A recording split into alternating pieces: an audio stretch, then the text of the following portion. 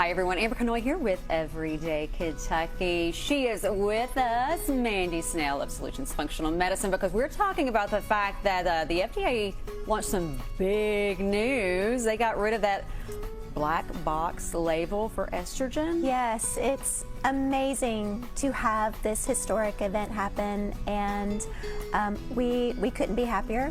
And champagne all around in the office to see this happen. We have spent so much time together with so many in functional medicine over the last decade, helping women to what we refer to as kick the tires on the narrative about estrogen that really began with the book by Dr. Avram Blooming named Estrogen Matters. So picture Martin Luther nailing the 99 Theses to the door of a chapel in the 1500s and changing all of history and culture. This is the potency of this champion of this book, which has led to this amazing movement.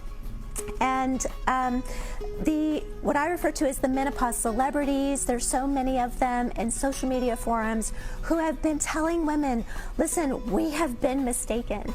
And not only do we need to challenge that narrative for so many reasons, that's not what the data said, but and they're saying, you know, with a lot of poise, like, not only do you want to consider, like, not only do you want to be fearless of estrogen, but you might want to be more concerned about your body without it, and helping women to undo this narrative.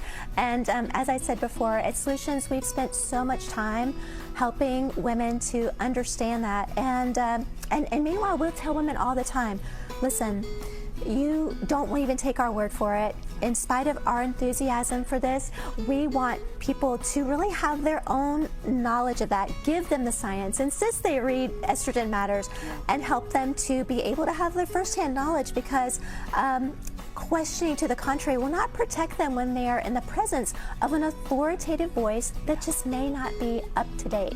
And now to see this challenged and finally reversing and the dogma changing, it's like we have a whole new job now, and we're excited and we are ready to do it. So let's talk about, like, why is this such a big deal? Like, how is this going to impact women who, for the most part, for the latter half of their life, just feel not great? Well, I have to start with, like, how did it get there? Yeah.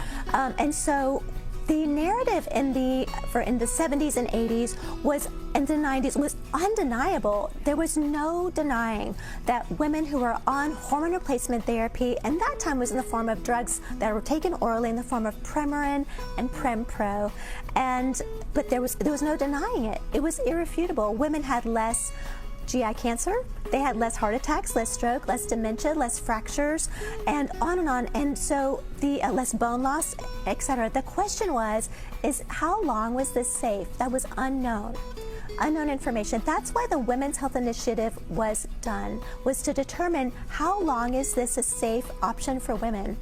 The question of breast cancer was a complete surprise. It was a huge study. It was $65 million over 8 years, and 160,000 women participated on this coast to coast. But in that 5th year of observations, it was only one group in the study that discovered to have a rise in breast cancer. And unfortunately, that was not peer-reviewed. It was not published properly, and it was actually the progestin group and that had the rise, and that is the variable that we know is related to the risk for breast cancer, but unfortunately estrogen got the blame.